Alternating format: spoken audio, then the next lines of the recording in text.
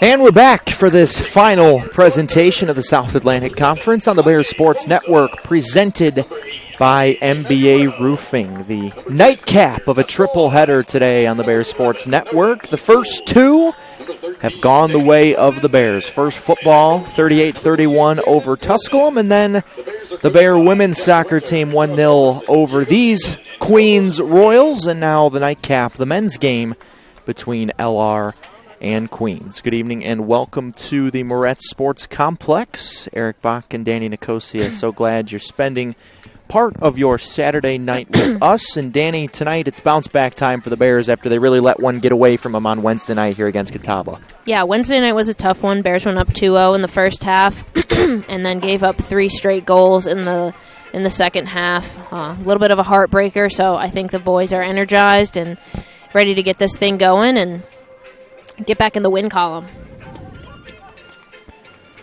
They are without one of their leaders, Carlos Montalillo-Lobo, who already had kind of a bum groin coming into Wednesday night's game and hurt it even more. This is actually only the second time in 49 career games that Montalillo-Lobo is not starting for the Bears. So his presence in the middle of that Bear attack will certainly be missed, but lots of other faces and depth to fill in for Jack Winter tonight. And they do it against Queens, who comes in on a 3-game losing streak. They've lost to Anderson, Carson Newman, and Francis Marion. Only scored 1 goal in the last 3 games, so no better time than the present for the Royals to get back on track here tonight. Starting for the Bears, Harry Rowe, Noah Tiefel, Jaime DeManuel, Victor Cascone, Benny Genizer, Miguel Montano, Danny Fernandez. Chavi Moya gets the start tonight in Montalillo-Lobo's place. He missed the last game. He missed the Catawba game. He had 5 yellow cards. That's going a lot of yellow cards into that one. So you get your 5 yellows, you get suspended. So Chavi back filling in an important role tonight that Montalillo-Lobo leaves open, but Bears and Queens underway. They met once in the spring season, and I was just about to say last time they all LR. It was here. Bears got 4 goals in the first 25 minutes of the game and won the game 5-1. Josh Alderson, we talked a little bit about this on Bears Talk Live this week. He said that was the best offensive performance / onslaught he's seen in his time here, both playing and coaching for the Bears. So the Bears just jumped Queens last time they came here and looking to do the same tonight. Queens a historically pretty strong program, but down towards the middle half of the standings this season. Obviously the 3 straight losses, just had some trouble scoring. Beat Mars Hill 2-0 back on September 25th, and since then it's been 3 straight losses. Do have a couple of league wins, though. Bears had won 4 straight before the Catawba game, in which they just really felt like they let one get away from them. Up 2-0 at halftime, and only really one of the 3 Catawba goals felt like it was really earned by Catawba. The other 2 were kind of, don't want to say handed to the Indians by the Bears, but it certainly was not completely Catawba's doing that they were able to find the back of the net. No, definitely not. First foul of the game goes on Queens.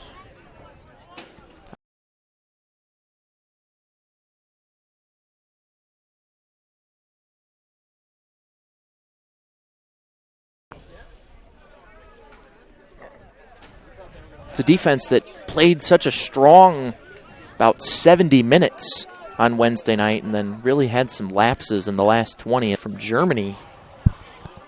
Gets his first start in net tonight, so quite a night for that to happen as foul was won there, but sets up a corner for the Bears as Harry Rowe takes a big tumble after a collision with Jaden McCain, senior from Apex. It's one of my favorite North Carolina town names, Apex. It is fun to say. In the Raleigh area. Harry Rowe will take the corner. He set up the first Bear goal the other night on a centering pass to Benny Genizer. Here's a big shot from Jaime DeManuel. Looked good. It stayed on the carpet, but just missed wide. It was a good look there from DeManuel. And the Bears didn't have enough of that in the second half, just firing away from inside the box or near the box. And you can blame the defense all you want for that loss, but the offense fell asleep in the second half as well. Yeah, no, definitely. That was a good look from Jaime, and hopefully the Bears can keep pounding away at the goal and keep their foot on the gas the whole game. Bears were in good spirits. I mean, they have such strong leadership with Cascone and Fernandez and a bunch of other senior experience. Obviously, they weren't feeling great Wednesday night after the Catawba game, but the general mood that I've noticed around the team is one of positivity. I have to agree with that. They have great leadership, like you said, Cascone, Fernandez, Carles Montoya-Lobo. Who's not playing, but still making an impact. Absolutely, and that speaks a lot to Jack Winter's teams, is their great leadership.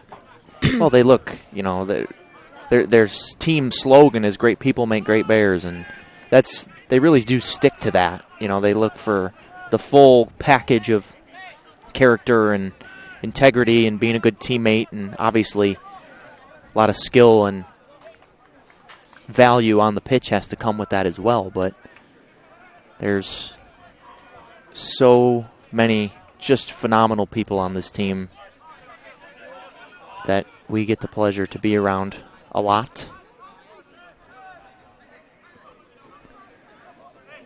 Deep three is Gardner, Fernandez, and Montano. Fernandez sends this ball in for Rowe, and he's just a step behind it. Harry the Welshman, freshman from, I'm not even going to try to say the name of the town that he's from in Wales. Yeah, no, neither am I. Aberystwyth. Oh, and yet she tried. Aberystwyth, I think, is my best guess. We should ask him. We will. That should probably be something that we do. It's wearing that.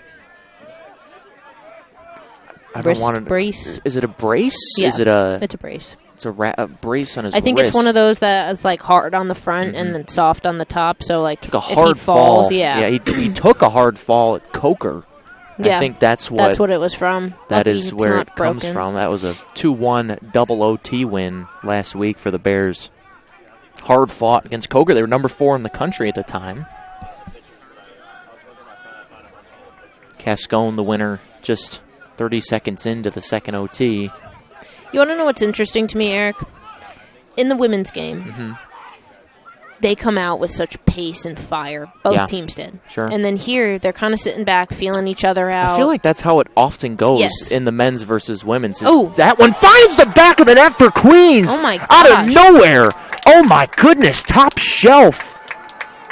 First chance of the game for Queens.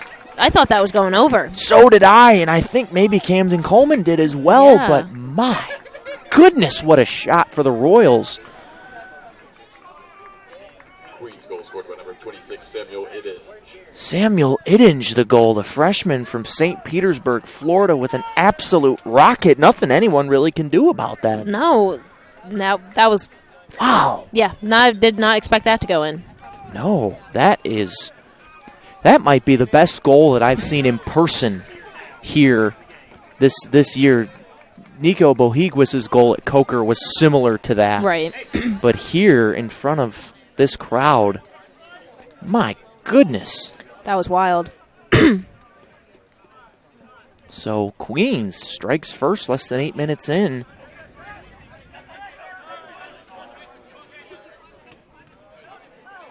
What a shot from Samuel Idinge.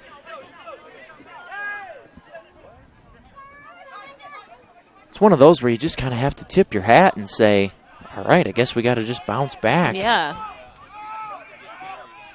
But early enough on in the game where there's plenty of time for the Bears to grab one for themselves. It's the first goal of Idinge's collegiate career. Hats off to him then. Freshman from Florida, went to Shorecrest Preparatory School. What a way to open the scoring, both in your collegiate career and in this game. Yeah. Queens desperately needs a win after 3 straight losses. Such a proud program under head coach Oliver Carias, yes, 83 and 84. Graduated from Queens. Oh, yeah. Ollie's a great guy. He's been at Queens since he graduated. I really want to say he's also in the Hall of Fame there as well. You would know that. Almost 99.9% sure. I mean, that's almost 200 games coached. It's a long time. And he was successful as a player as well.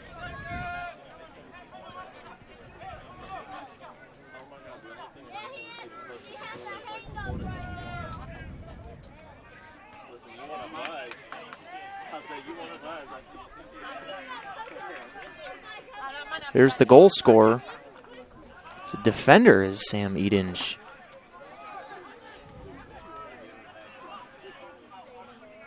How far away do you think that shot was? 40 yards? 45?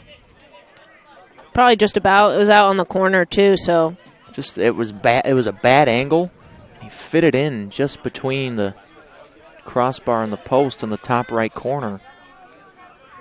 Camden Coleman would have needed to have been about 8 feet tall to stop it. yeah, I don't think he was expecting it. No. And even if he was, I'm not sure he had a chance. Right. Off ball there by Moya. Got to get the ball to the feet of the goal scorers. That's Noah Tiefel, number 11 with the man bun there.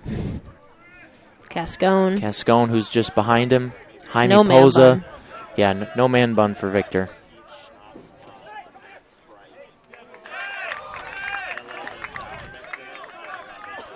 Love Danny Fernandez back there. I talked with his summer coach, who is the head coach at Young Harris. They're 10-0, by the way. And Danny's nickname this summer playing out in Des Moines was Ferdinand the Bull. You ever heard Very of appropriate. Ferdinand the Bull, right? Oh, yeah, very appropriate. If there was ever somebody that embodied that, I think it's Danny Fernandez. And Chris Williams, the coach of the NC Fusion, where Victor Cascone played, former coach at Coker. When the Bears went to Coker a week and a half ago, Victor became very close with Chris's children over the summer, and they went to watch because they still have a house down in Hartsville. And Victor took time out of the celebration after he scored the game-winning goal to go find Chris's wife and kids. Chris himself could not be there. He had a work obligation, but that just shows, what you were saying about the great people that Jack Winter and Josh Alderson recruit to play for this Bears squad. Victor scores the game-winning goal against the number 4 team in the country, and still takes the time to go find the people that he made such a connection with over the summer. I mean, that says all you need to know. Yeah.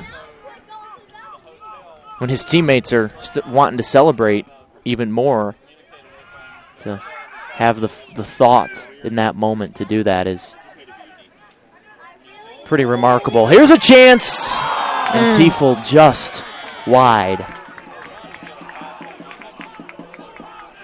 Tretbar came out of the goal and left it open, but just not enough room for Tiefel to get a quality touch on it. But it is a corner. Apparently Tretbar got a hand on it, so maybe a better save than I initially gave him credit for. Here it comes in. There it is. And this game is tied. Miguel Montano, up from his left back position, scores the equalizer. Great position there by Montano. Back of the box, just came in. Great timing. Hits it off a half volley with his left foot. Right past the goalkeeper.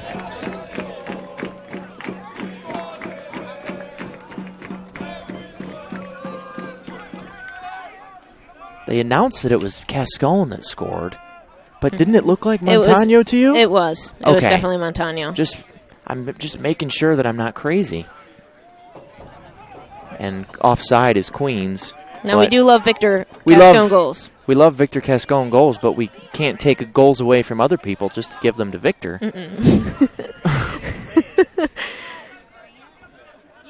Yeah, it was definitely Montano. Yeah, no doubt about it.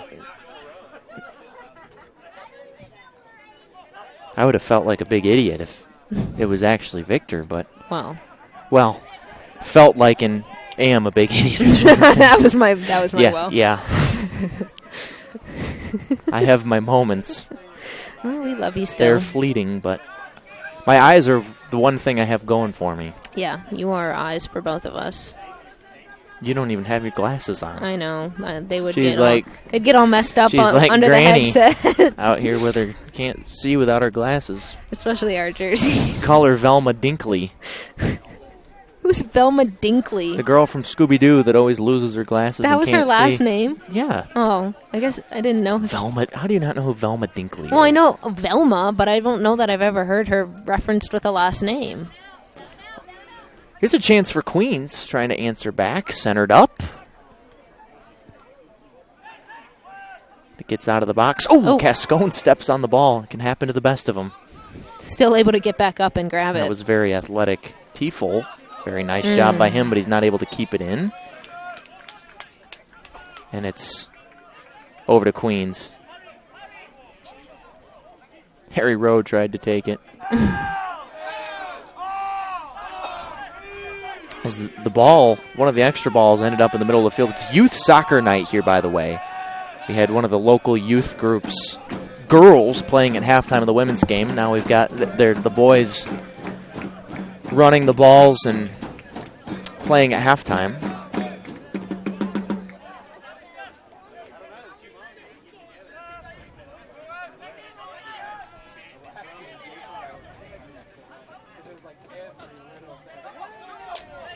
Tiefel steps through that one and tries to leave it for Rowe, but it was a great tackle there by Boris Basara, yes, the Austrian.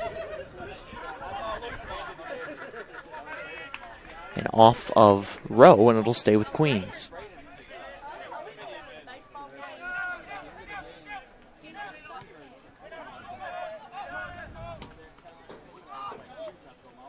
So they have officially changed the scoring to Montano for the Bears. Victor Cascone might be upset with us, but that's okay. I don't think he ever thought it was him anyway. No, that's true. And he'll never know. Well, did you say they announced that? They announced Victor. Oh, but I didn't even hear that.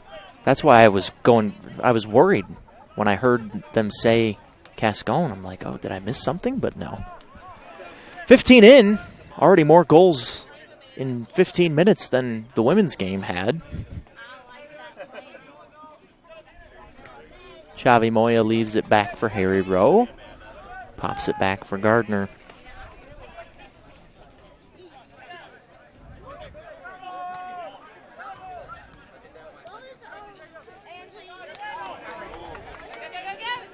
It's another center from Rowe, and Tiefel buries it. Perfect look from Harry Rowe. And after Queens scored first, the Bears get two within 5 minutes to take their first lead.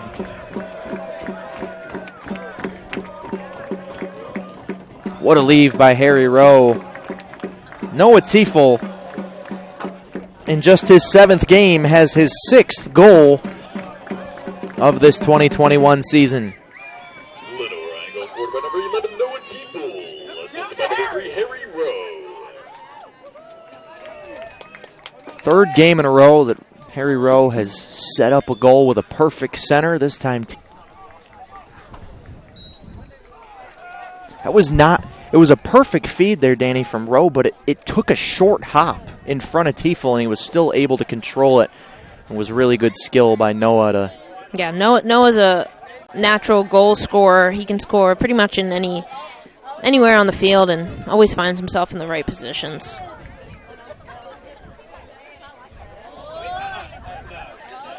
Rocking the man pun. Love it. My bun is better, but I'll give him credit. Knew that was coming. We need to buy a bucket hat and cut a hole in the top of it like you. But his is in the back, so the true. hole on the bucket hat would need to be in the back, which would probably kind of look weird. I had a conversation. He has good flow, though. He does. I had a conversation with him today. First time I've really talked to him. Mm-hmm. He's a very quiet, just reserved guy. He's not going to probably start a conversation with you if he doesn't know you. And he was just saying, oh, we need this one, we need this one. And he's contributing to the Bear attack. That's going back to LR. Linesman hesitated for a moment, but I think came to the right conclusion. Other assists for Harry Rowe. Leads the team in that category. That was fancy. Bears are fancy, sometimes too fancy for their own good. Mm-hmm. Oh. Couple of big headers in a row as Fernandez gets it back. If you challenge Danny Fernandez to a heading contest, you will lose. Yes. No chance. No he's one just ever has a chance. and he's so big and that he powerful. can get to more balls than the average person. And he can jump. Yeah, so he's high. got a big vertical. We have seen some really great goals. I mean, the first goal by Queens was phenomenal. See if Rowe can set up another one here. Gets pushed to the outside, centers it up. It's open in front. Posa there, and he just can't finish it. Oh, he's been so close in the past, 5 games and just cannot find the back of the net. I feel for him. Yeah, for lack of trying. He's putting himself in the right positions, and it's just not happening for him. But there's a lot of traffic in front of Tim Tretbar in his first start of the season. Down goes the Queens striker. That's Felipe Mendonca. Benny Genizer sends it ahead for Cascone, but not able to run it down.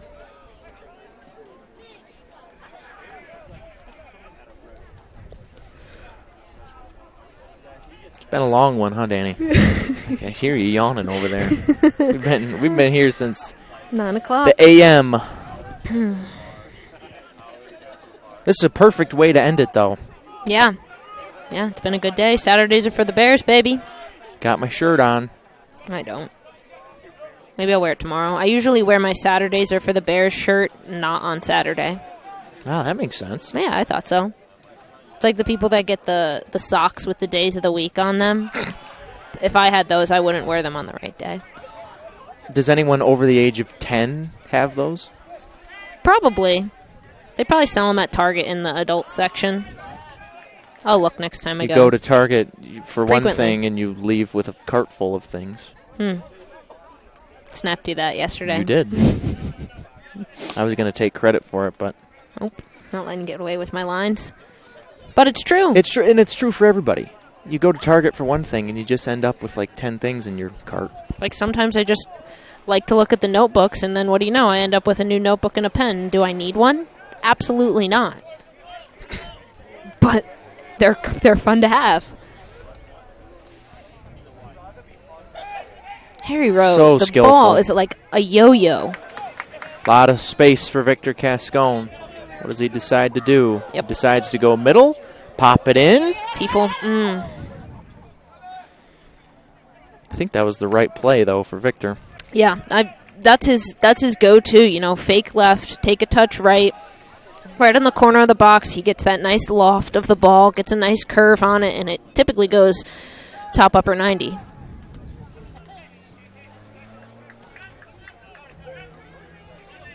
First goal from that man right there. Miguel Montano tied things up after Queens opened the scoring less than 8 minutes in with an absolute rocket off the foot of the freshman defender, Samuel Idinge.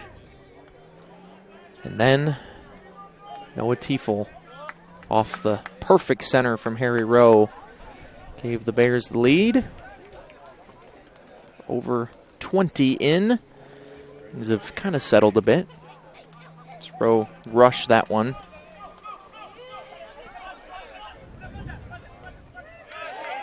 Cascone can't believe that foul. Not much, but probably correct. Yeah. Getting a little chilly out here. Andre Castro had position and probably sold it a bit. It is getting a little chilly. Earlier we were sweating bullets. Now we're a little cold. But it's a perfect night for soccer. I mean, you can't ask for better weather. No, I bet they feel great out there running around. Talked with Jack Winter before the game, and he said, I had all my rain gear. They got poured on Wednesday for a good 10 minutes in the first half, like torrential downpour. And the forecast was shaky at best for today, but it's turned out great. Had one tiny sprinkle right before kickoff before the women's game, but the football game stayed dry. The women's game stayed dry other than that one little patch right before kickoff, and obviously we've been clear and dry here so far in this one. Good to see the weather. First time we've seen the sun in like a week. I know.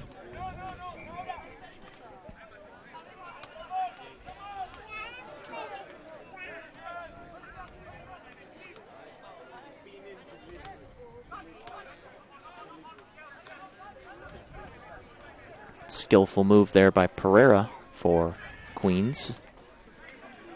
He wins that one in front of the Bear bench. And sub coming in for the Royals.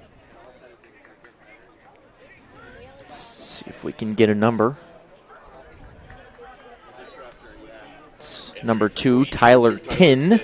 Exiting number 17, Andre Castro. Sophomore from California, Maryland. Love towns that are named after other states. Yeah. Oh, Harry Rowe gets all ball there on the collision with McCain. McCain's a little worse for wear of it. And Harry Rowe will go down the near side. A bit too long of a touch, and Caleb Patch was able to take it from him. You can see why Jack Winter and company are so excited about the future for Harry Rowe. Yeah, he's been outstanding so far this season. Great with the ball. Does a really good job taking on players and finding people open on the cross.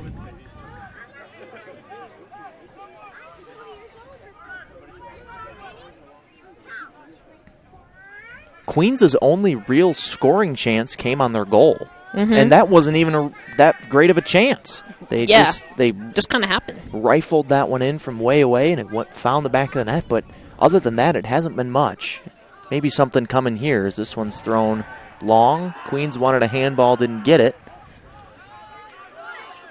And we'll try to reset it with Patch, the senior from Greensboro.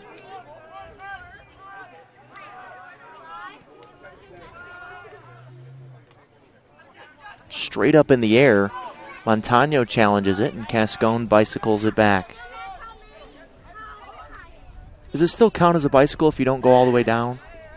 No, it's just a kick. Oh. There's a handball on Chavi Moya. He's a tall guy. He's a big guy, 6'2", 185. Just so physical. That was what the coaching staff liked the most about him because he's new to the team. And his physicality was what really caught Jack Winter and staff's eye.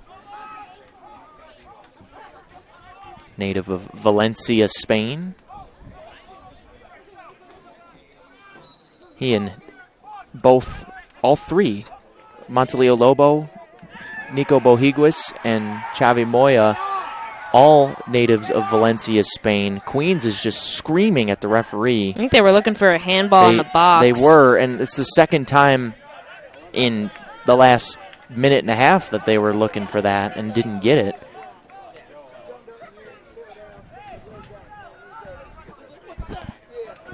Referee's right on that. I don't think he's going to miss 2 handballs in the box in a row. No, definitely not.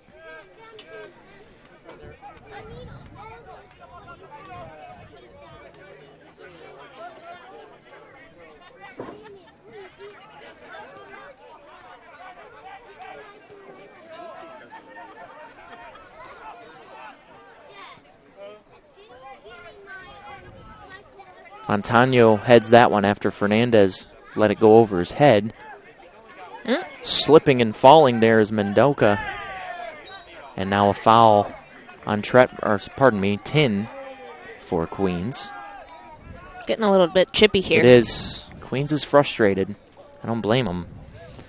Hard to go up 1-0 and then drop 2-0. Especially after you come in on a 3-game losing streak, you score first, you're feeling good about yourself. Yeah. And then 2 quick ones for the Bears kind of take the air out of Queens' sails. And we still have 17 and a half minutes left in the first half. Yeah, long way to go.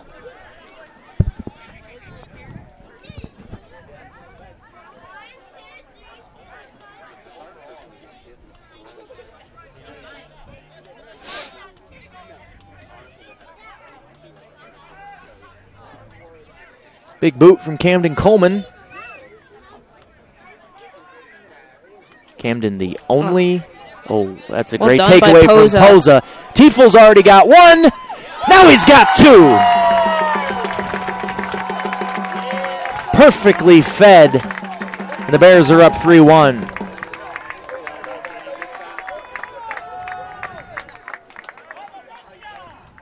This is turning out like the last time Queens came here. Bears got 4 goals in the first half that night. They've got 3 here with still 17 minutes to go. Tiefel from Jaime Poza. 3 unanswered for LR.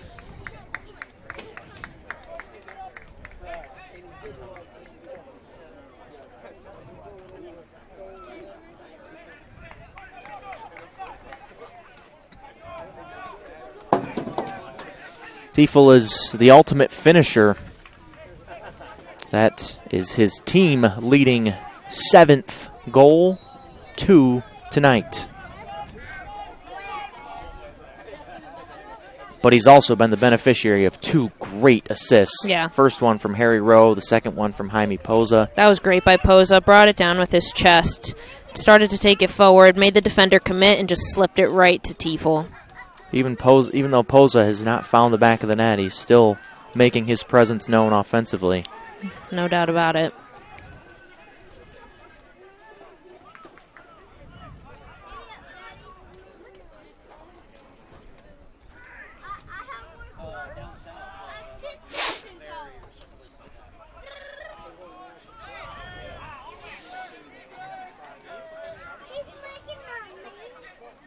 Queens reset.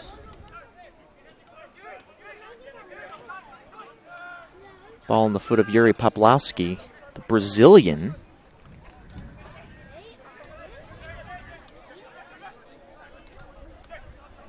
Comes from Monteverde Academy, which is known nationally for its basketball team. Mm-hmm. Ooh. My alma mater. Ooh. Another Meg. The Bears are all just so good with the ball at their foot. They're so skillful.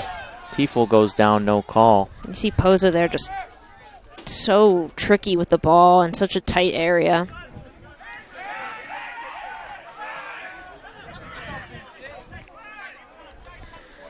Not very good numbers here for Tin. Lots of white jerseys in front of him. Fernandez settles it down. Poza gets grabbed. And the whistle comes on Basara. That was a full-on jersey grab.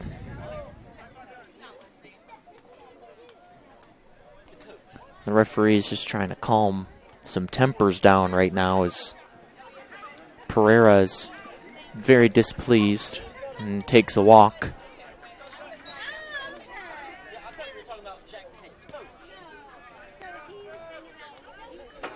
Going back to Montverde, my alma mater, Michigan State, has recruited several basketball players from that school, but it's much like IMG. We talked about that in the women's game. Strong all the way across the board. Oh, great ball right over the back line. Cut off there nicely by Justin Sealall. Defender from High Point, not far from here.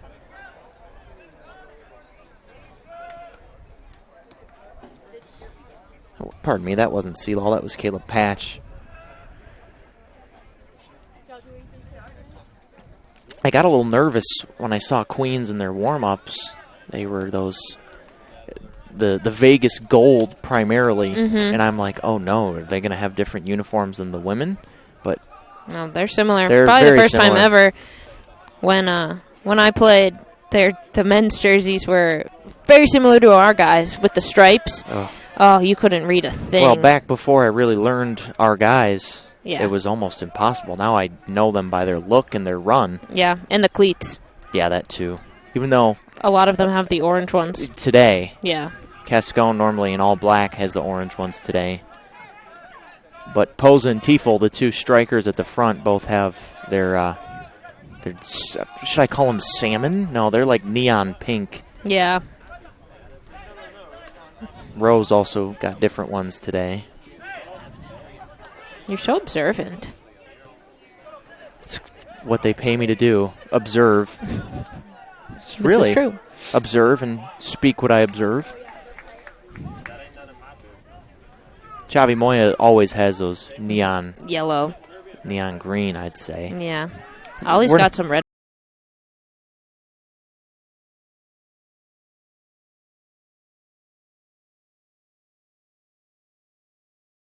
12.5 to go. Another chance coming here maybe for the Bears.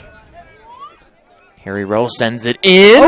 Posa redirected it, and it went off the outside of the post, but it ends up in Queen's hands in a goal kick. I thought that was maybe a corner coming. Yeah. So did Posa. All the Bears pointing to the corner, but not getting the call. The way that Harry Rowe can just wrap the ball around any player is incredible. Especially, they got him playing on this left side. He's left-footed. That certainly doesn't hurt. No, but it's very fun to watch. Yeah, he's outstanding with the ball, and that's going the other way. That whistle's on Mendoka, who is having a spirited conversation. Look at Danny Fernandez in there just listening. Sticking his head in there. Got to know what's going on. Wind's picking up a little bit here.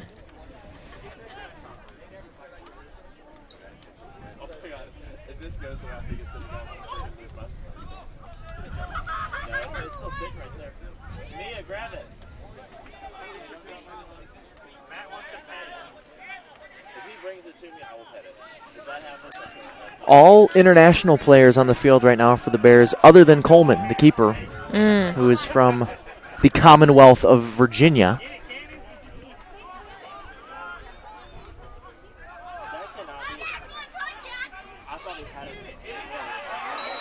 Oh, wow, they called that one on Tiefel. Interesting. Looked like he was being boxed out there by Basara, but Basara gets the whistle. I thought it was going to go the other way. This is a physical game, as most of them are, but this one maybe even more so than some of the others.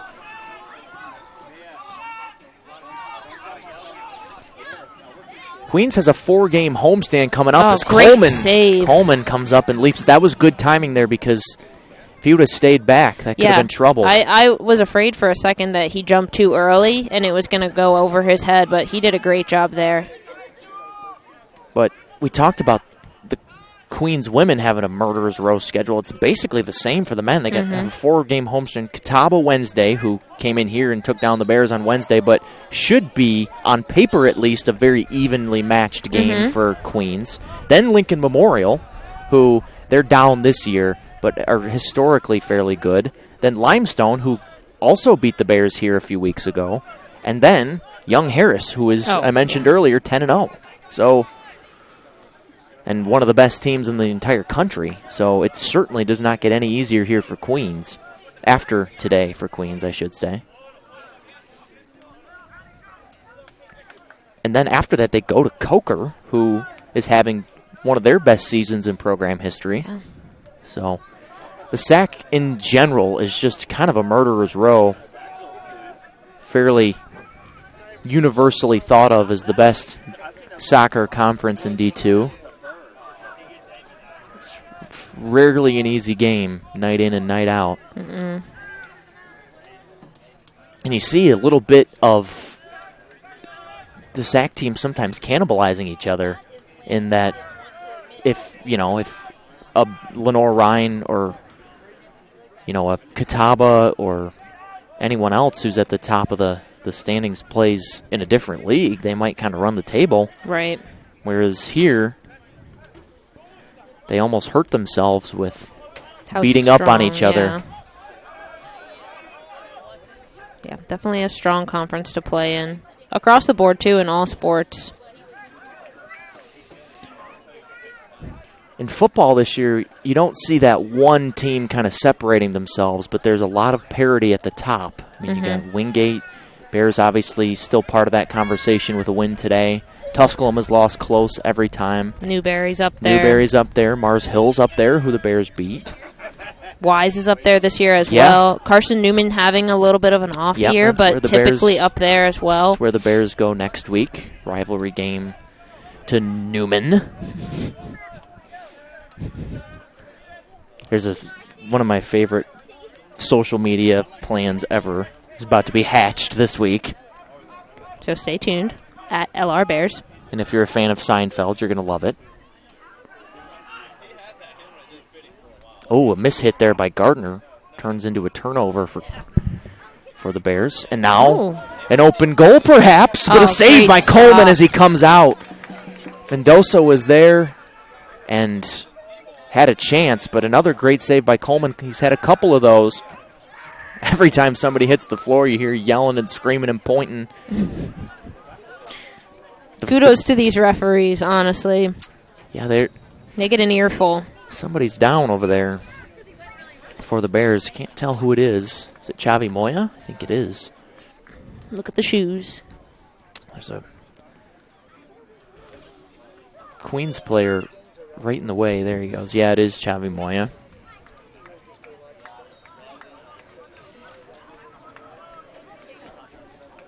And the same when you talk about the sack being strong, same in volleyball. I mean, it's top heavy, but those at the top are fairly even.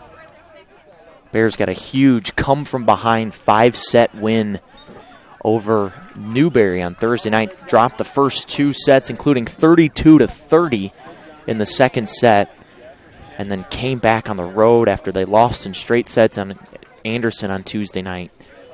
Yeah, that was an incredible match. Just gritty. Yeah, it was really nice to see them, get down and then be able to come back like that. You can say the same thing about the Bear football team today. Yeah.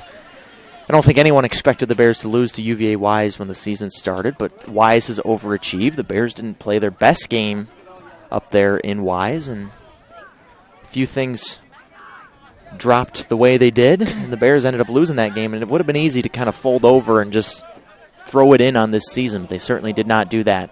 Noah Tiefel. Oh!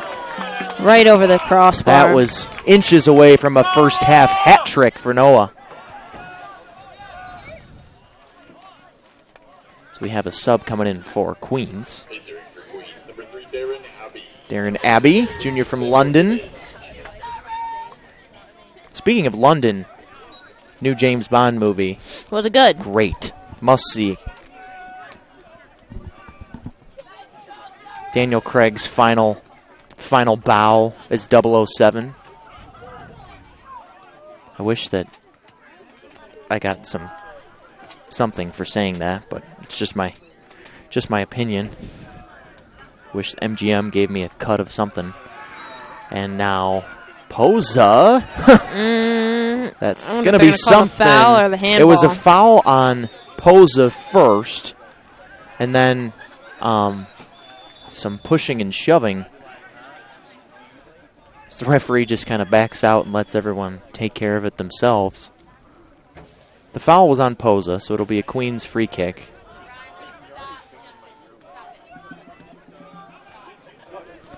Stay tuned. Halftime, we have a special guest. Women's soccer head coach Gary Higgins will join me to talk about their big win, 1-0 over Queens. Puts them right back in the mix in the sack. Remember last game when you said you weren't going to say nil? I know. Well, you have to say it when it's 1-0. If it's 0-0, that's when I feel dumb. But people say that. I know. That's a thing. I know it is, but I just don't like saying it. Coleman comes up and bats it out of the air and gets clotheslined when he did it. Yeah, he got taken out by his own teammate there. It was a great read by Camden Coleman, though.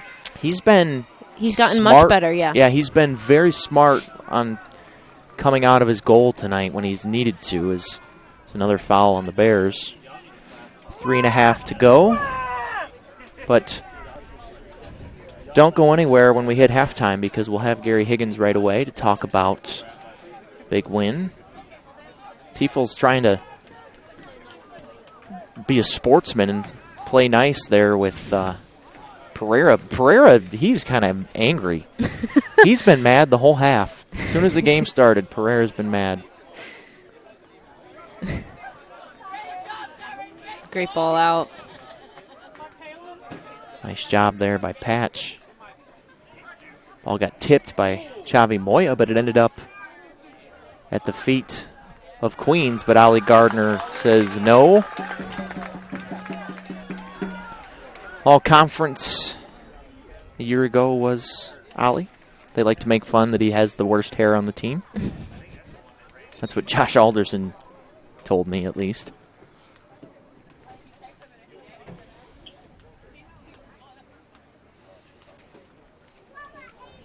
Bears also without Diego Delgado tonight. That's a big one. Him and Carlos. They think Delgado's closer as Montano is down in front of the Bear goal. That's why we have this stoppage. But they think Delgado's closer than Montalialobo because Carlos's groin is just giving him all sorts of problems right now. Yeah, that's not something you want to mess around with either. I talked with Carlos before the game. I said, how you feeling? He goes, well, not great, but just taking it day by day. I said, you got to be slow. Yeah, Don't super push easy to re-pull. And that's kind of maybe what happened the other night. He wasn't feeling completely great, and then one wrong step ended up getting helped off the field and now in street clothes tonight. Looks like Nico Bohigues will come in for Montano, who's walking off under his own power. I didn't see what happened with him. Me either. I wonder if he just slipped in that little mud patch. Seems like he's just a little loopy. Throw-in coming from Queens, the far side. Oh. And a corner, say, off the Bears. 2.5 to go here in this first half. Pair of goals from Noah Tiefel and one from Montano answered the Queens goal. Queens scored first about 8 minutes into the game. So corner, Gardner heads it up in the air, and Rowe heads it out. For now, it's a shot that goes way wide off the foot of Tin. Goal kick. Not a bad look there. No, that was a good set there from Queens. From the Queens, I almost said.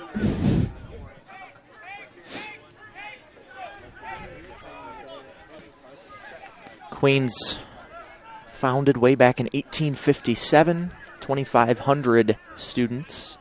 A little bigger than LR.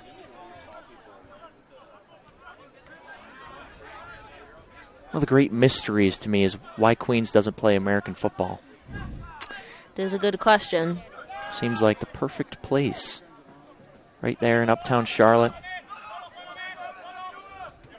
Good stuff. Gascon got surrounded by 3 Royals and goes back to Queens. McCain will take it and overthrows his teammate.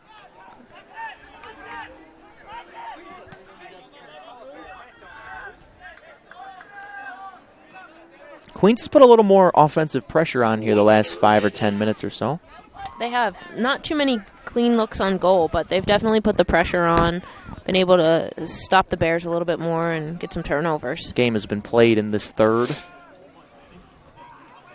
Missed everybody on the initial throw, and then Jaime DeManuel just pops it out of there. And we have another injury to Queens with 36 seconds to go in the first half. Somebody got caught up there in the scrum.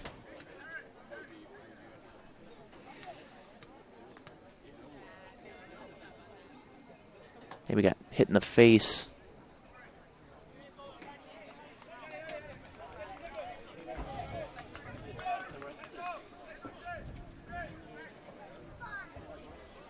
It's Manelo dos Passos,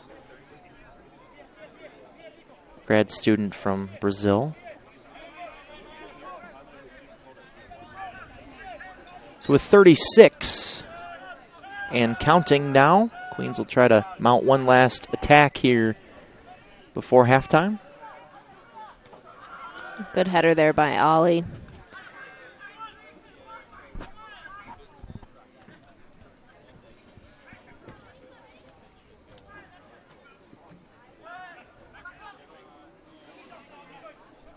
Fight to the corner.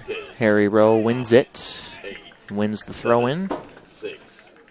And that will do it here in the first half. Queens threw the first punch. The Bears had a huge answer, 3 goals, and they hold a 3-1 lead. We'll take a short break and then come back with women's soccer head coach Gary Higgins here on the Bears Sports Network.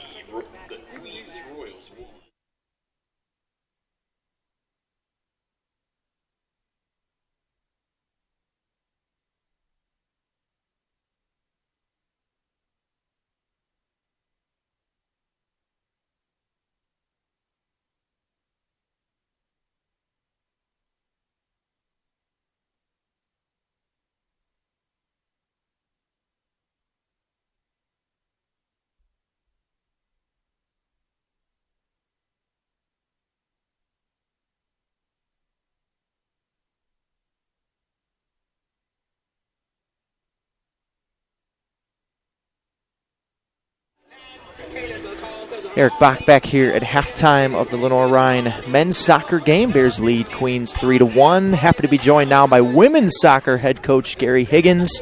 His Bears just took down Queens 1-0 in a tough, hard-fought, physical game, Gary, after Wednesday night when Catawba came in here. Same type of game. It's got to feel good to come out on the right side of it this time.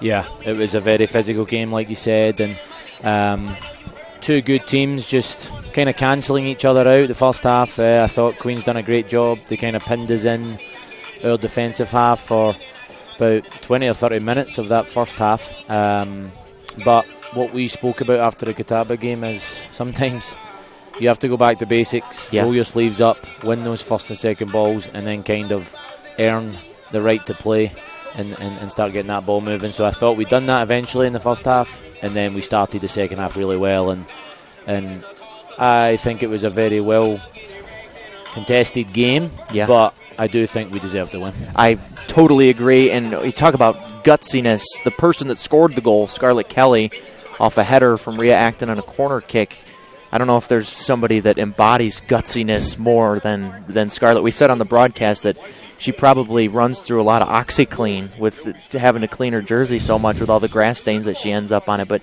it was probably pretty good to see. It was good to see anyone find the back of the net, but especially somebody that works as hard as Scarlett does at the front of the attack. Definitely, she deserved that goal, and she changed the game when she came on. When she came on, the level raised. She was able to hold the ball up for us in our attacking third, and that took some pressure off our defensive half there. And she changed the game, and then we said at halftime, we were like, okay, you've not been starting some games, you've been coming off the bench, you're maybe not getting as many minutes as you like. Now it's your time to really kind of be the hero, and she stepped up, and she deserved that, and we were really happy for her.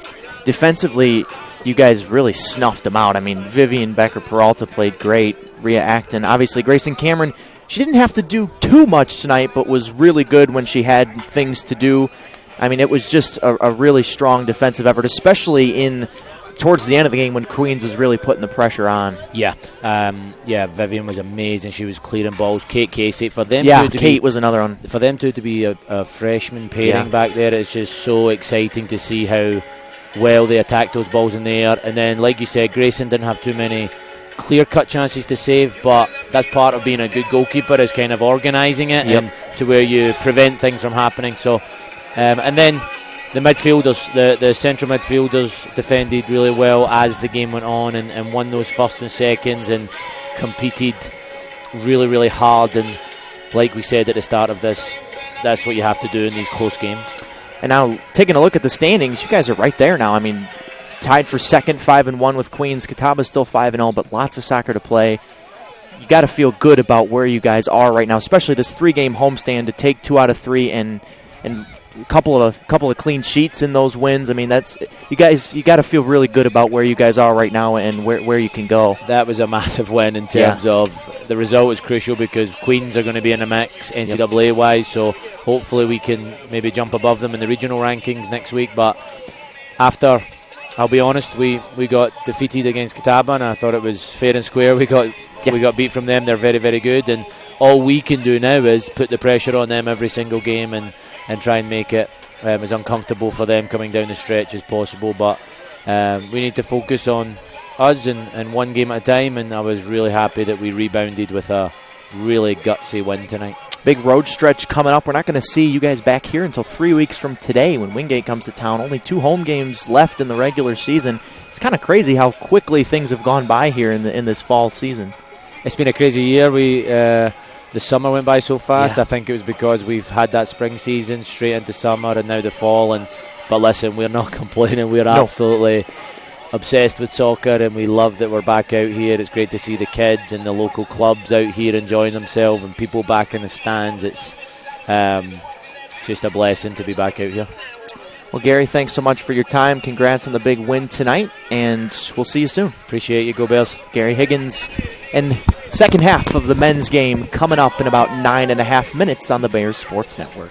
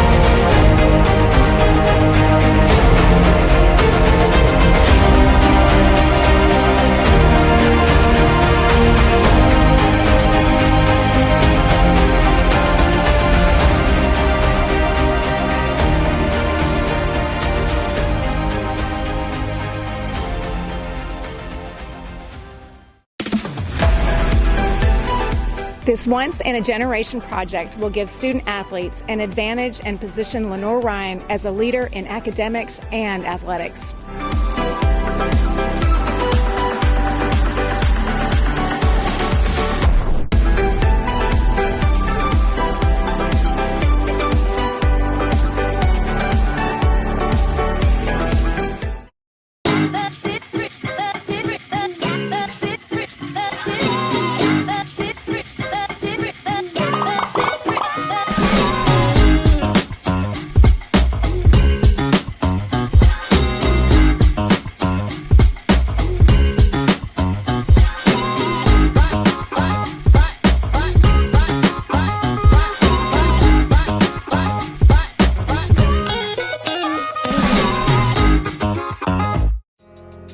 I knew that there was an opportunity to have my college paid for if I was good enough to play baseball at that level.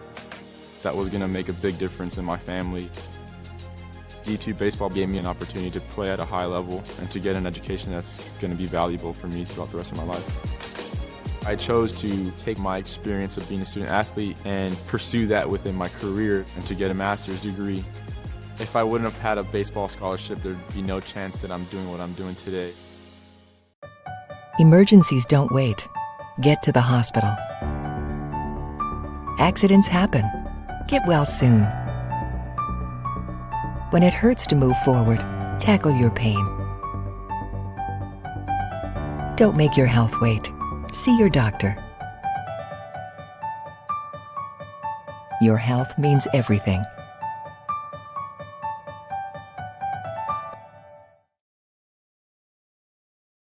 In NCAA Division II, community engagement is an initiative at all 25 national championships because student athletes want to give back while competing for a national title. Over the course of the year, Division II student athletes have an opportunity to leave a lasting impression in local communities throughout the country. Whether Division II student athletes are volunteering at hospitals, schools, after-school care programs, foster homes, or retirement villages, they make a difference in the lives of others. In Division II, we rise to the opportunity and make community engagement ours.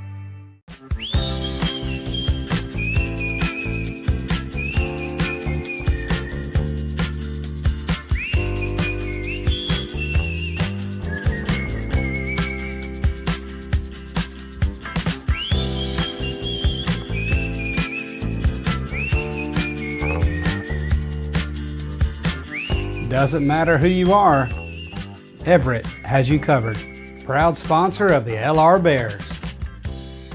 If you play hard, if you use your feet to chase fitness goals, if you stand all day at work, introducing True Energy Infrared Technology Socks. These may be the best socks you ever wear. Our yarn is infused with infrared nanoparticles. Your body's natural heat ignites these tiny particles, producing infrared energy that improves circulation and stimulates cellular recovery. It's not magic, it's rocket science. The perfect sock for your active life, for fitness, performance, recovery. Proven innovation to ignite your true energy. Being a champion takes more than talent, more than the perfect pass, more than using your head. Being a champion takes the spirit to always push harder, the ability to overcome any hurdle, and the fire to be the best. Welcome to Division II, where the pursuit is yours to create. And the question isn't, can you do it? It's, will you?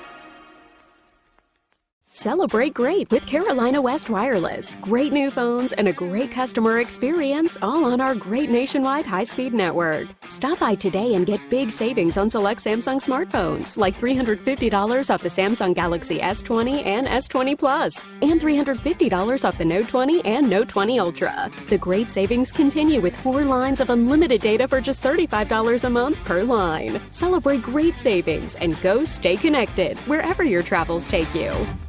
Paramount Kia in Hickory. We want to see you driving a new Kia or, hey, a quality pre-owned Kia. We've got a huge selection of new and pre-owned Kias. You got to get to Paramount Kia in Hickory, Highway 70, ParamountKia.com.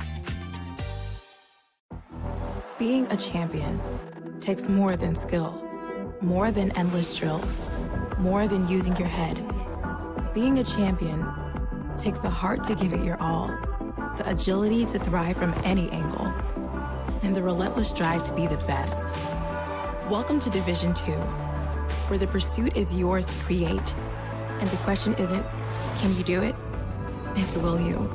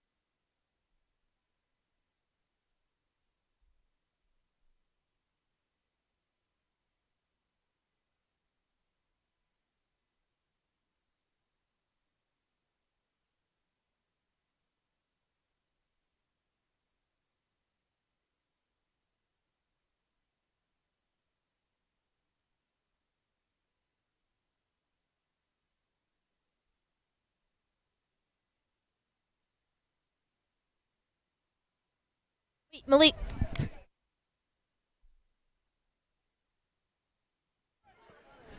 And with that, we're back in the second half of Lenoir-Rhyne and Queens. Bears hold a 2-goal lead, looking to get back on track here after a loss Wednesday night. Queens trying to avoid losing their their fourth straight. They lost 3 straight coming in as fouls committed there by the Bears. But Danny, that first half, after the way it started with Queens scoring kind of an unexpected goal, couldn't have gone much better for the Bears. Yeah. The Bears pretty much did what Catawba did to them in the last game, but all in the first half. Queens came out with a goal right away. It was beautiful, right over Camden Coleman's hands. But the Bears answered right away with three goals. Now, with Tiefel trying to get his second hat trick of the season, he's got 2 of the 3 Bear goals. Miguel Montano the other. Miguel went off in the first half with an injury, but he started the second half, so good to see him good enough to play. Bears already hurt by injuries. Juan Basabi, goalkeeper, has yet to play one single second this year. Injured on the first day of training. Carlos Montelillo-Lobo out tonight for the first time, only the second time in his 49-game career that he hasn't started. And Diego Delgado, one of the other midfielders, also out, but he's close. Closer than Montelillo-Lobo. And Basabi should, according to him, be back within maybe a week or so. Be interesting to see what Jack Winter does. Does Basabi just step right back in when healthy? Camden Coleman has certainly earned the opportunity to keep his job. Absolutely, and coming back from an injury like Juan's, you got to be careful, ease him back into play, and not just throw him out to the wolves. Penny Genizer fires one in that goes a little errantly wide.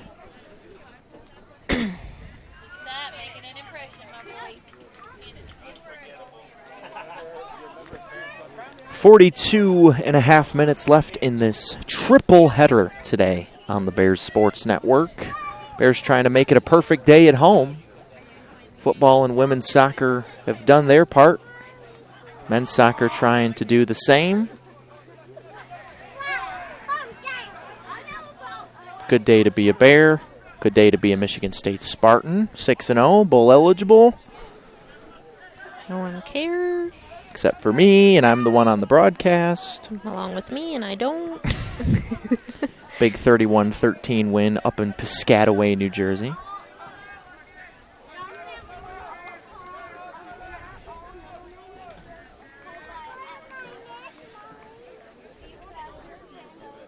Feels like one more goal might do Queens in tonight. Yeah. Harry Rowe on that far side. It's kind of a shame when the Bears flip-flop in the second half because we like watching Harry Rowe so much, and he plays in front of us here on this near side in the first half, but he also, when he switches, or when the Bears switch, he switches, pardon me. But then we get to see Benny Genizer. Benny, who scored his first 2 career goals in back-to-back games. I'm a little offended that you don't care about Michigan State even a little bit. I do only because you care, and you are my friend. Aw. Don't ever ask me to say that again. I didn't ask you to say it once. All right, well, it will never come out of my mouth again. Okay. Fair enough. I'm just kidding. That ball was close to the goal, and it ended up a foul in the hands of Queens. Been a rough first half for Tim Tretbar in his first start of the season. Not really his fault. No. Just a the breakdown. Bears got 3 goals. All 3 of them were great chances created by good passing and very skillful play with the ball. That was a great header there by Harry Rowe. Some of these guys on the Bear team, most specifically Fernandez and Xavi Moya, you're going to have to get a neck adjustment, go to the chiropractor. With the amount that they had the ball? Games. Well, just the amount, yeah. It's crazy, kind of. Chavi's on the ball right there. That's a fun name. His name is Javier, but he goes by Chavi. Chavi's fun. It's Well done. Xavi. Well done there by Poza. Yep. Again, played in those well. really tight spaces, just able to continue to control the ball. Cascone finds Rowe, not able to break stride, and a save by Tretbar right in front. Oh, Tiefel. Tiefel was inches away from a hat trick. He's come close. He almost scored his third goal in the first half, right at the end of the first half. But well done there by Tretbar to keep that one out. And he G-Nizer into the corner. Nice deflection there by Patch.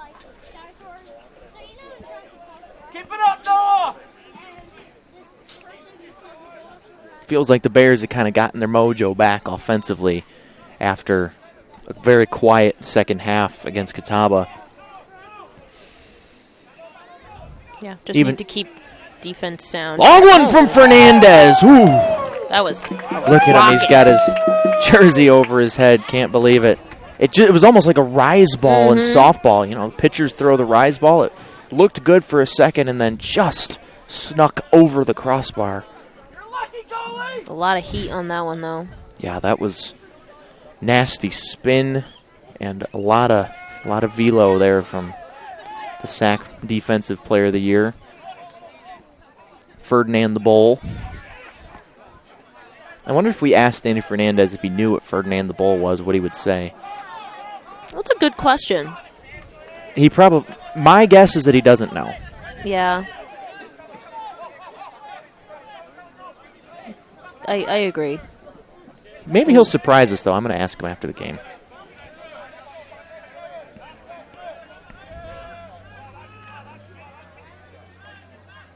That would have been a cool moment for him to get his first goal of the year in that way.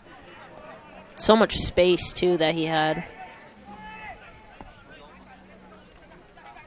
Just runs the defense for the Bears.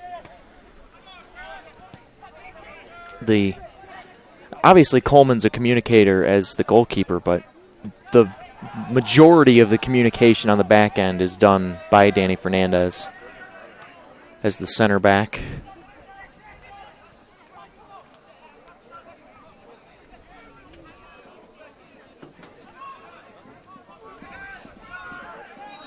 And a foul on Harry Rowe. Things getting a little antsy there on the Queens bench. I'm sure it's frustrating for them. Yeah, it's been a tough stretch for them.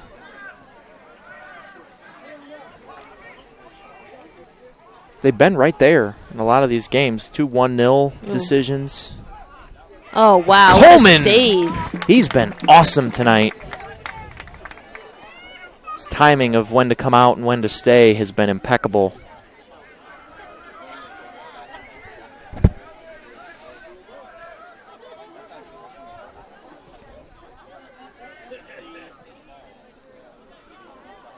Good bounce back for him after, he'll tell you, one of the goals Thursday or Wednesday night was on him. Absolutely. Just kind of dropped the ball. Yep. Jaime DeManuel, one of the more elusive players in this Bear attack. Finds Tiefel on the far side. Looking for that hat trick.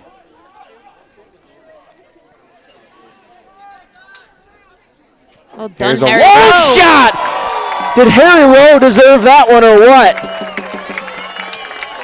His first one with the Bears is a memorable one, top shelf, and it's 4-1 LR. That was beautiful. So much time and space at the top of the box. Took his time, took the space in front of him, and just rifled that one right into the back of the net. Jack Winters just got to be thrilled to see him find the back of the net, because if he starts scoring, look out. He's already setting people up, but if he can rip off shots like that one, the sky is the limit. Yeah, adding goal scoring to his resume makes him a very, very dangerous player for the Bears. Like you said, already so good on that winger in that winger position. Ball is like a yo-yo on his foot. So. And he runs so much. Part of that position is it's probably even more running than a midfielder, back and forth. But his endurance is so strong. And he finally gets rewarded. Kind of feel for Tretbar. All 4 of those goals, just no chance for him to make a save.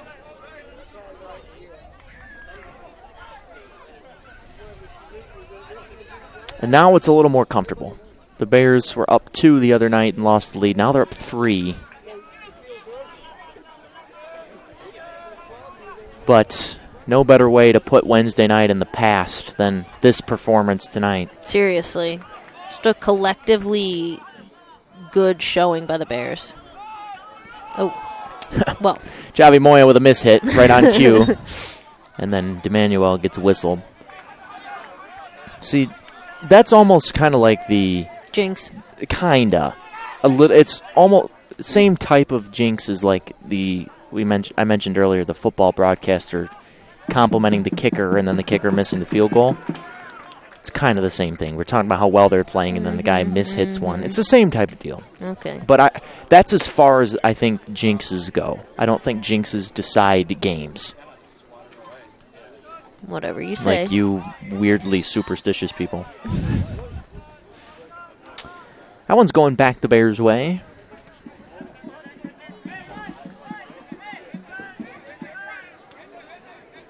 Ali Gardner will take it. He's one of the unsung heroes of this defense. Feels like people hardly talk about him. And he didn't start at the beginning of the year. He's just kind of come back into the starting lineup.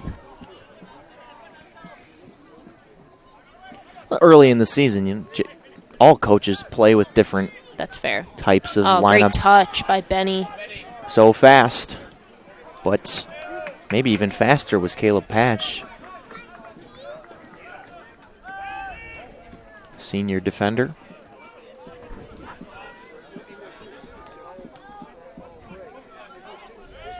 Still with the Bears after Poplawski could not keep it in.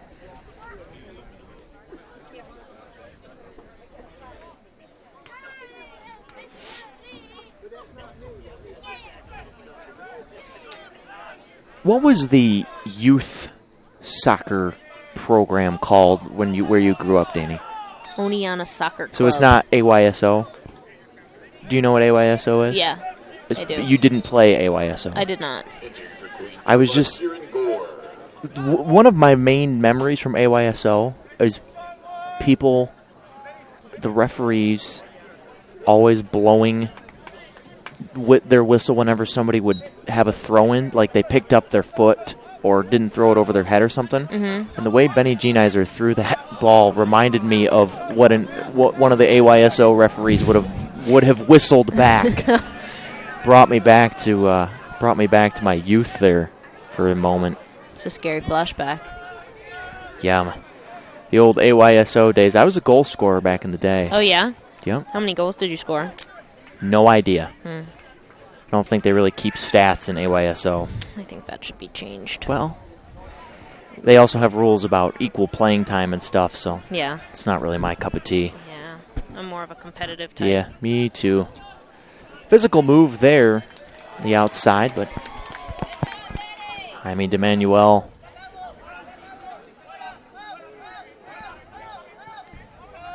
The Jaime triangle takes that one back. Haven't said Victor Cascone's name here in the second half. He's just kind of been blending in.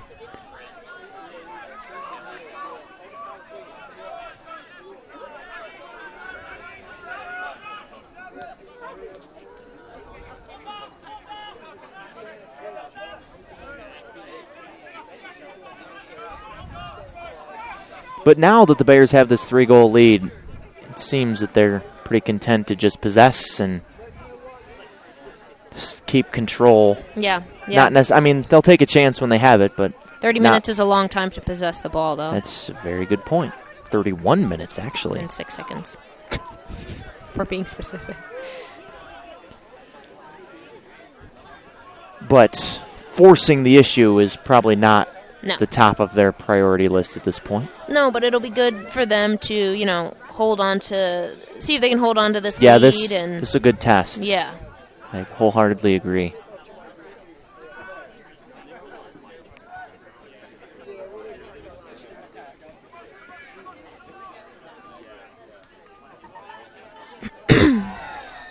There's a foul on the Bears. Oh, we might have our first card coming. We do. Is that Chavi Moya? It sure is. Oh, boy. He is the yellow card magnet. It's the brake cleats. You know how people say when you drive a red car, like you're more likely to get pulled over? Do people say that? That's what I've heard. Oh. I guess that makes sense. Because like you're so... You stick out yeah, more? you're seen. Sure. Do people with tan mom cars tend to get pulled over more? Because that's what Named I Eric have. Bob. With Michigan license plate. I love my Chevy Equinox, so don't you say a word against it. Never. Do you have a name for it? No. Are you that type of person? No. Neither am I. I feel like, I don't know, maybe this is stereotypical of me, that naming cars is kind of a female thing. Well, I'm a female in I've never named... Well, I named one car. Oh, well, there you go. The Red Rocket. Oh. There's a ball in. Looked like a handball. Coleman gets it out. Man, that's physical. There for Queens. Ooh. Benny came in swinging on that one. Coleman's been up to the challenge tonight. Absolutely. This is probably the best game we've seen him play. Totally agree. The one goal, nothing he could have done. One goal came first. Bears have had 4 unanswered. Less than 8 minutes into the game, Queens kind of shocked everyone with it was a pretty sleepy first 8 minutes, and then all of a sudden, Queens scored. That goal was still so fluky. Like It was, but it was just a phenomenal shot. Absolutely. Like, I'm not taking anything away from it, but it was so fluky because it had to be perfect, and it was. Yeah. Just right above Coleman's hands.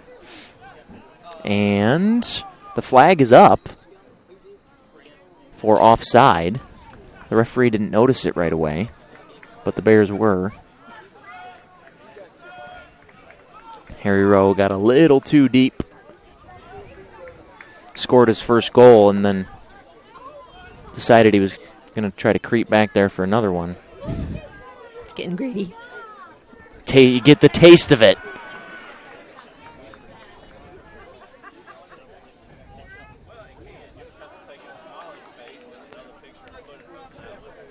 But how happy must Jack Winter be with the response? Absolutely. He's probably thrilled with how they're playing. Will he show it? No. He's one of the most cool cats you'll know. Excited or angry. He's fiery, though. Yes. When the moment calls for it, he raises himself to that level. But it's very rare. Yep. And it's probably not needed tonight. No, definitely not. At least not at this point. Right. With 28 minutes to go.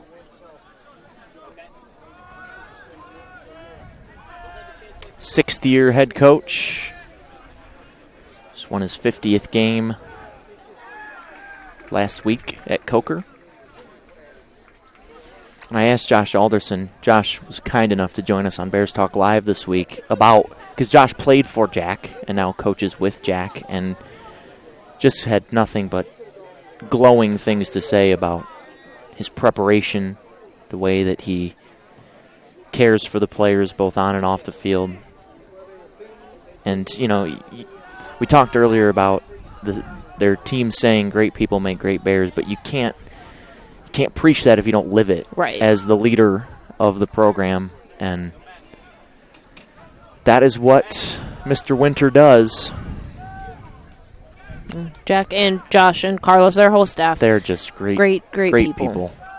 Very fun to be around, very welcoming to those of us that don't know the game quite as well.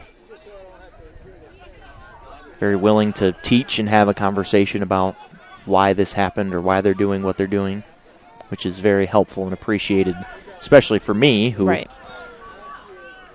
as a casual soccer follower coming into this job at best. I know so much more now just being around him and Gary Higgins and Carey. The four of them are just the best people. This one's chipped in. Ollie Gardner gets a head on it, and Gene Iser clears it.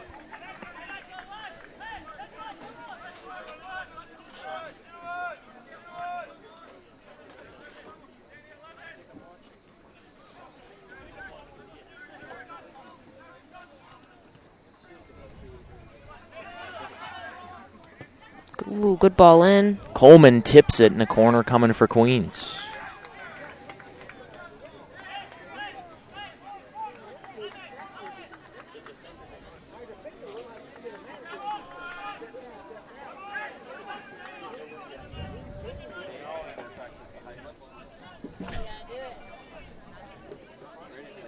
Kieran Gore will take it, wearing number 5. Looks a little bit long, Ooh. And it almost ended up in the back of the net. And another corner coming now on the opposite side. It was actually Pereira that took it, 6 instead of 5. So we're 20 minutes into this second half. Bears have added another goal off the foot of Harry Rowe. His first career collegiate goal. You know, Kieran actually played while I was still a senior. Really? Mm-hmm. I'm pretty sure. Either that or it was my first year as a GA. He's a grad student, so that makes sense. Yeah. I think it was his freshman year, my this one's senior year. In. Coleman couldn't get it, but it ended up on the foot of DeManuel. And now, Noah Tiefel. Big physical with Popolowski. And he's not happy. Tiefel's been beat up tonight. Yeah. Queens has been all over him. And the whistle goes the Bears' way. Yeah, Tiefel's fought for everything he's earned tonight. No doubt about that. And now he and... Would really love to see Posa get one. Yeah, boy, would that be nice. He's been just on the cusp. Mm-hmm.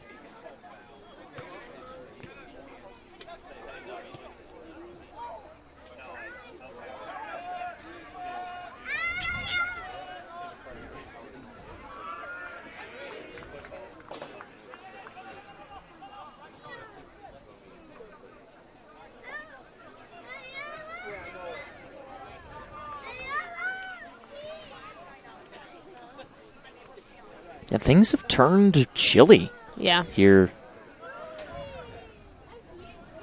64 degrees. I guess chilly is relative. But 64 degrees in Michigan in October, that was a handball, but it was a foul first. 64 degrees in October in Michigan is warm.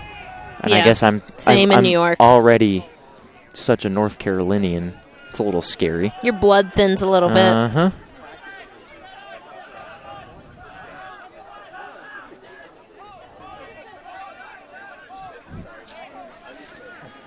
Big wall of humanity right outside the 18. Here it comes in. Headed. Coleman charges and pops it out. I'm surprised he didn't just try to catch it, but he went for the two hands, and now that's a high kick. And the Bears are beside themselves. You have a Royals player down in the box as well. The referee is just getting surrounded by players. That's Darren Abbey was the one that went high with his foot. And goes and gives an encouraging word. I can't see who that is that's down. Is that Cascone? No, Victor's standing right there. Oh, it's Miguel Montano. He has taken a beating tonight, too. It's been a very, very physical game. I don't know how you can't have something more than just a foul there. Wow. Yeah, I'm very surprised. It's probably and he never stopped the clock either. It's kept going. I'm surprised. That's all I'm going to say. Just the way that, I mean, there's something to be said about the way the Bears react. Yeah. Like, if the Bears react that way it's almost like the referee doesn't want to look like he's giving in to them. You know? And unless so, it's very, unless very it's, blatant. Which, that one... I couldn't have told you what actually happened, though. You know what I mean? That's fair. But that's just a thought. I'm not saying that's the gospel truth. I'm just saying it could be that it didn't go the Bears' way because the referee didn't want to look like he was giving in to the masses there. Right. Totally get that. Well, it did go the Bears' way, but it wasn't any more than a card or any more than just a regular foul. Chavi Moya, see if he can put a shot on it. He can, but it's wide.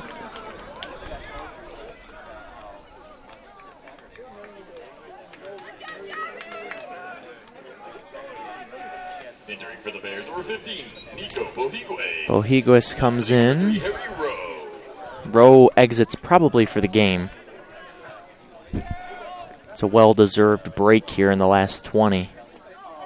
Oh, good touch. Great touch by Queens. Montano clears it out as Patch got a foot on it. Yeah. But that one is on Jaime Poza. Can't believe it, but that looked to be the correct call. Yeah. Looks like he got his hand in his face a little bit. The Royals have pushed everyone up. What do they have to lose? Exactly. Pereira will take this free kick. Lots of bodies going towards the net, and this is not close. Got to give your guys a chance there, though, if you're Pereira, right? Or is that just he's just trying to shoot on goal? No, I think it was just lofted a little bit too high and too long. Definitely should have been a more in-the-box type kick. Good footwork by Nico.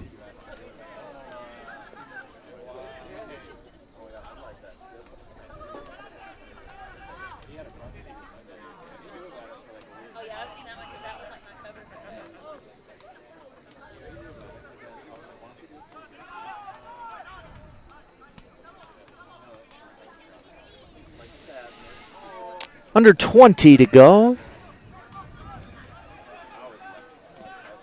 Bears have taken firm control. What a good touch there by Montano. Oh, and an even better one by Tiefel off the chest.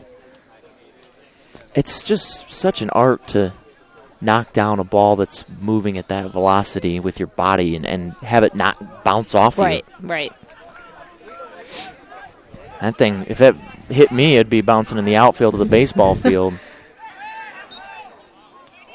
Is that either out of bounds or a handball on stopping the clock? Nizer. Whoa! I'm not quite sure what that yellow's for.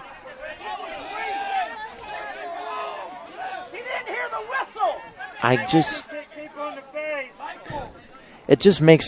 doesn't make much sense that somebody gets kicked in the face and that's not a yellow card, but somebody kicks the ball after the whistle and that's a yellow. Yeah. A little confused by that one, but again, nothing you can do. I said this on Wednesday. The day that I understand soccer referees will be the day that I have the secrets to life. Yeah. Ain't that the truth? It's just so subjective. You know? Mm-hmm. Like, why call one thing and not another? It's pretty, like, for example, today, American football is pretty cut and dry. It's either holding or it's not. Or it's either pass interference or it's not. And there is some subjectivity there depending on what you've called and all that sort of thing. But it just seems like it's impossible to remain consistent throughout the game in soccer, no matter how good of a referee you are. That's fair. Because there's so many different things that can happen.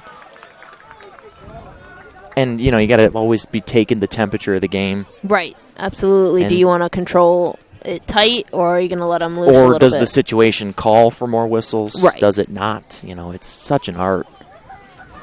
And that's why those that do it well have such respect and admiration in this sport. It's another whistle. This one goes the Bears' way. Mentioned the just murderer's row schedule coming up for Queens. got 4 home games in a row, but it's against some of the top teams in the league. There's a header that Genizer can't quite get moving towards the net. Ooh. But a good job by Montano to slow that one down.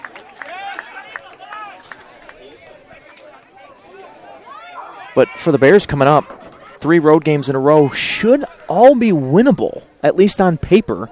They go to Mars Hill on Wednesday. Mars Hill's middle of the pack, lower third of the league. Then they go to Tusculum on that Sunday that we mentioned. I don't know if I've ever seen a conference game played on a Sunday. That's a week from tomorrow. Yeah, it's very odd. And then they go to Newberry next Saturday. So 6 days off after next Sunday. Coleman's makes the right choice there. Then 3 home games in a row to end the regular season. Is it Chowan or Chowan? It's Chowan. Oh, so I was wrong both ways. Chowan comes here on October 27th, and then Wingate and Carson Newman. So 2 rivalry games to end the Bear regular season, both here at home. Saturday, October 30th with Wingate, and then Wednesday, November 3rd with Carson Newman. And then it's the SAC tournament, November 6th. Oh, Wally. That was a misplay by him. Yeah. But in theory, the way that Carson Newman is having themselves a nice year.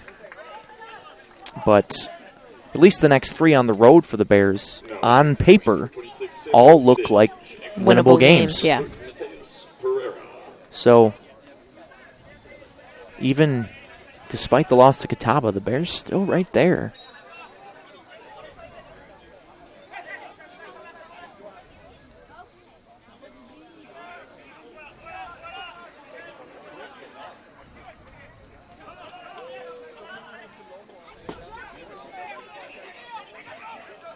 Assuming this one stands the way it is right now. Right, which 15 minutes is still a long time. It's a long time, but it's given no indication that it's going to flip back. Bears doing a good job of possessing the ball here, though.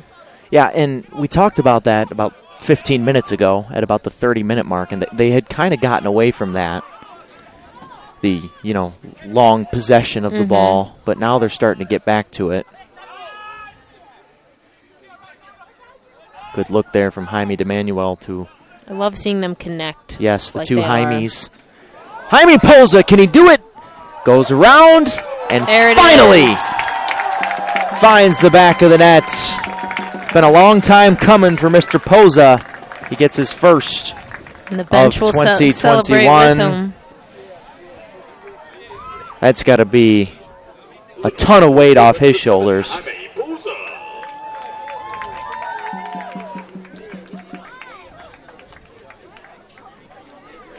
And his patience was perfect. Yeah.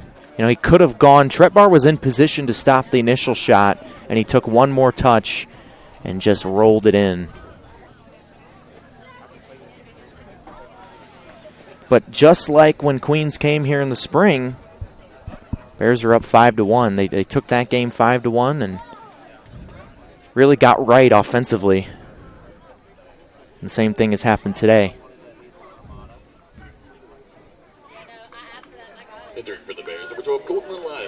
Eliason comes in along with Jaheim Smith.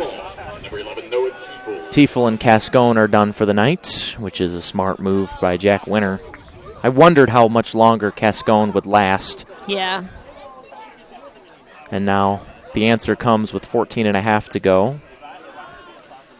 But what a job of leadership by Victor to get this team off the mat after Wednesday's. It was demoralizing. Yeah. There's no other way you can describe it. And you could see his frustration and anger himself, following the game. Yes, and to be able to lead this team to this performance tonight speaks volumes. Yeah, this to is his some ability. of the best soccer we've seen them play. Just Easily. Connecting, and connecting on passes and just all over communication, all of it. Both offensive and defensive as well, because Coleman's been great. Yeah. Fernandez has led that back line beautifully. And obviously 5 goals speaks for itself. 2 for Tiefel, 1 for Montano, 1 for Rowe, one for Posa. And it's, other than Tiefel, it's guys that haven't really the love has scored a been lot. spread. Yeah, it's not Cascone and Tiefel getting them all, and Smith is offside by Way a couple of offsides, yeah. steps. He tried to wait and just couldn't. Jaheim Smith got his first career goal against Catawba.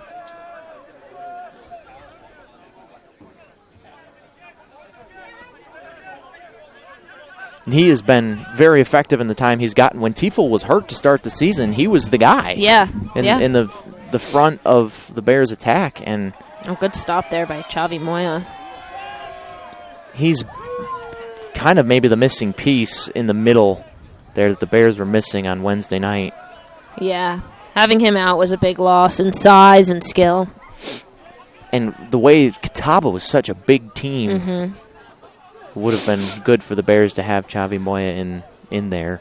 But they have him tonight, and it has been all LR after that first goal from Queens. Looks like Sam Sawyer. I think so. Wow, that was a good eye by you. It's the hair. Honestly, That's I don't true. know. I don't know why. It was the hair that gave it away. Nothing special about his haircut, but he's also probably would have been the next person off the bench in my head anyway. I was going to say, yeah, you really cracked the code there. Sam, a sophomore from Raleigh.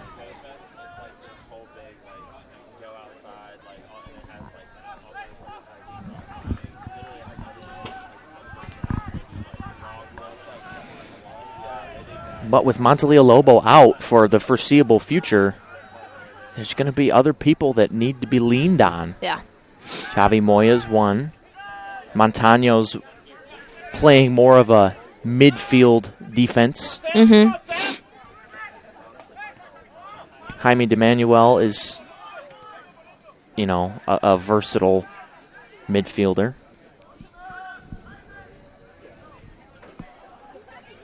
And there's a takedown there on the far side. This could be a card. It's not. That was Bohiguis out there. He's another name that will play a big part in filling the gap that Montaleo Lobo leaves behind in his absence.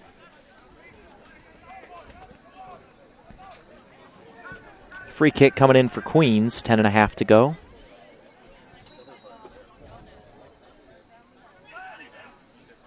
A little too high. Misses the pack, and I think off of Queens. Both of them are running out with their hands held, waving. Call it for us. I think Call it for us. definitely went off of Darren Abbey's head.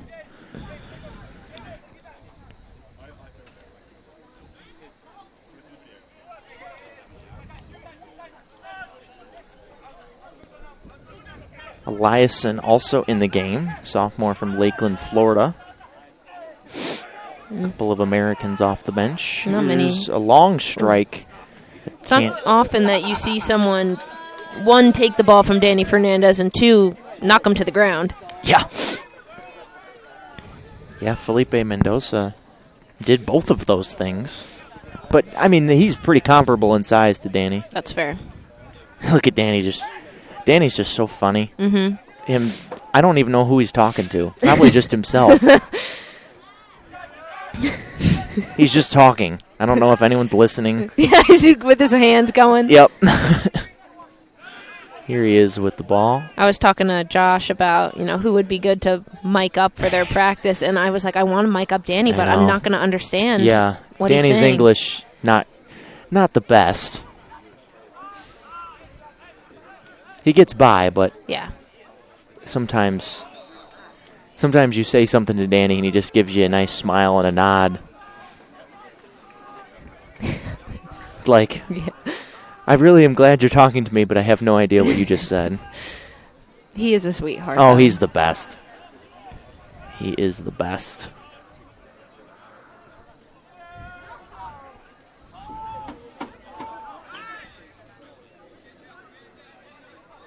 Back to the Bears. Oh. Another sub coming in.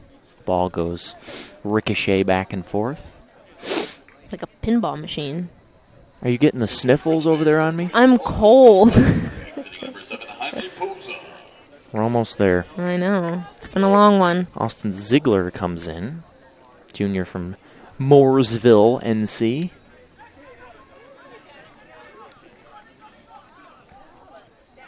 It is getting cold. I'll give you that. Thank you. I had to put my hoodie on at halftime. Whistle after whistle here in the last. At least the clock isn't stopping. True.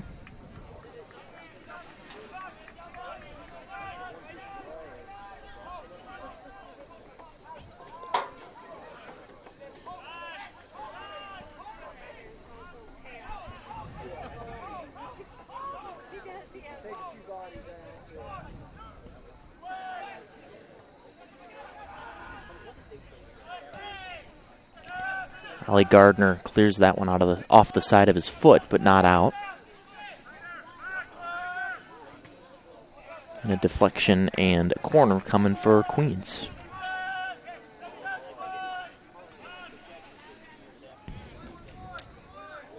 The one positive thing for Queens is that their bus ride home isn't very long. This is very true. It's always nice. It would be worse if they had to come from like Carson Newman or something. Or Lincoln Memorial. Yeah. Little 50-minute trek back to the Queen City. Jaheim Smith can get by this defender. It's game over. But a nice job there by Patch to prevent that from happening.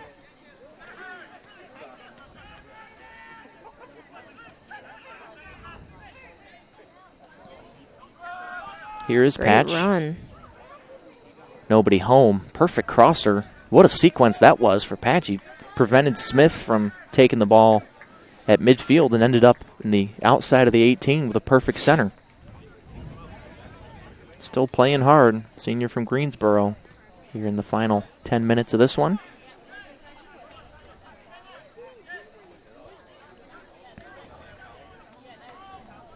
Been a full day here in Hickory. Still got youth baseball going on. Kitty corner from us on Durham. Is that youth baseball or are our guys playing? I think it's youth. I think the LR Bears team played their fall ball World Series game this morning. I think that was this morning, and then there's a turn. Obviously, with the turf field, you can play all day. Yeah. Turf coming. Hopefully, new stadium coming for them sometime in the near future. Softball as well. Yep. Ooh. Softball's got turf on the way. Here's Benny Genizer. That was a hard hit that Ziegler took. Wow.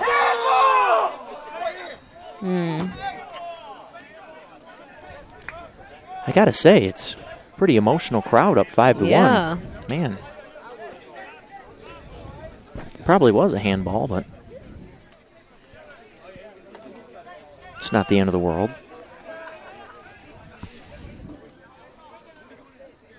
Be good to see the Bears hold Queens to 1.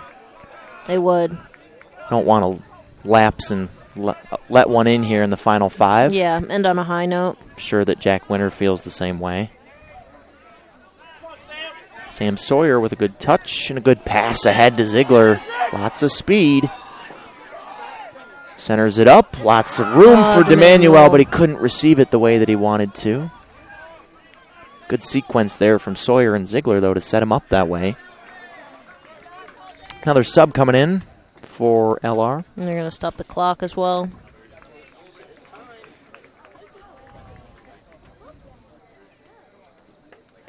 Entering for the Bears, number 19, Rodolfo Hernandez. Rodolfo Hernandez.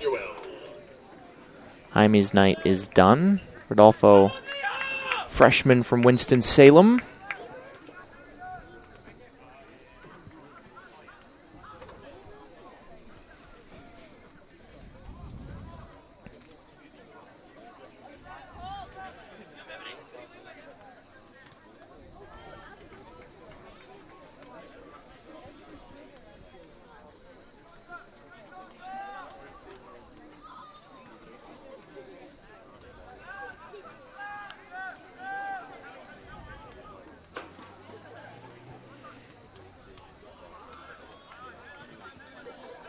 Danny Fernandez still running the middle of that Bear D. See if Benny Genizer can hit one here. He tries. Did it held go on to off, it too long. Did it go off a defender? Did not. Yep, held on to it for a touch, maybe too long. Obviously, we have a different angle, but I think he had enough room to sneak that around. I agree. A little bit earlier, but...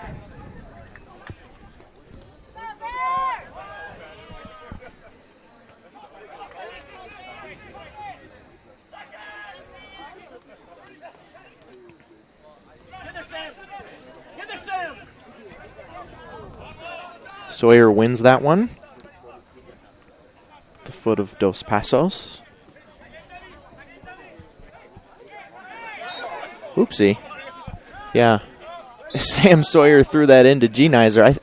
I think Genizer thought that he was giving throwing it to him to throw it in, and picked it up, and it was a live ball. And Benny's like, oh, whoopsie. That was very awkward. Yeah. Sawyer, or excuse me, that's Ziegler, whistled for that foul. Under 2.5 to go. That was funny.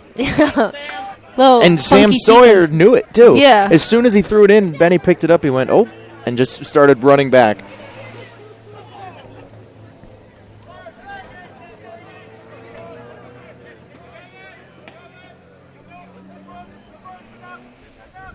It's like that, and I oop. You ever seen that? Isn't that like a TikTok thing? No, it's a meme. Oh. And somebody's surprised about something. That's one of my favorite memes. That and the girl who's squinting. She's like squatted down squinting when you're really confused when she goes. Oh, yeah. That one's hanging up in the office. Yeah. What about making fun of the Catawba defensive coordinator? The Bears scored 42 points in the first half. A Jay-Z special. Jeremy Zalaka, meme god.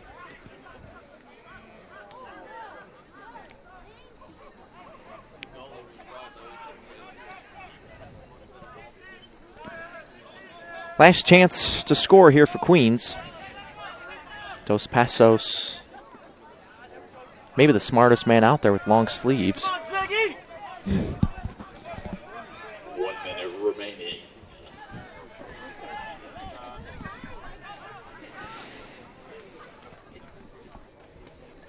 That's the goal scorer right there. 26, Samuel Idinch. Oh. Sawyer ends up on his side and grabbed the ball while he was down there, but gets the whistle and way offside. Is Bohiguis. Look at him. He's like, how was I offside? Nico, you were only offsides by 20 feet. Nico, another great guy. Works for our department. Sure does. Sometimes he might be behind the camera and you don't even know it. Clearly not behind the camera right now. Nope, that would be impressive. It would. And that's going to do it. What a day for the Bears. Yeah. Talk How about Saturdays are for the Bears. This Saturday belongs to the Bears. A football win. Women's and men's soccer sweep capped off by a 5-1 victory with authority over Queens tonight on the men's side. What a day it's been. What a way it ended. 4 different Bears find the back of the net. Noah Tiefel scores twice. And LR gets back on the winning track tonight. From Moretz for Danny Nicosia, the rest of our crew, some of which have been with us all 3 games. We say so long from Hickory. A great day to be a Bear ends with a 5-1 men's soccer win over Queens.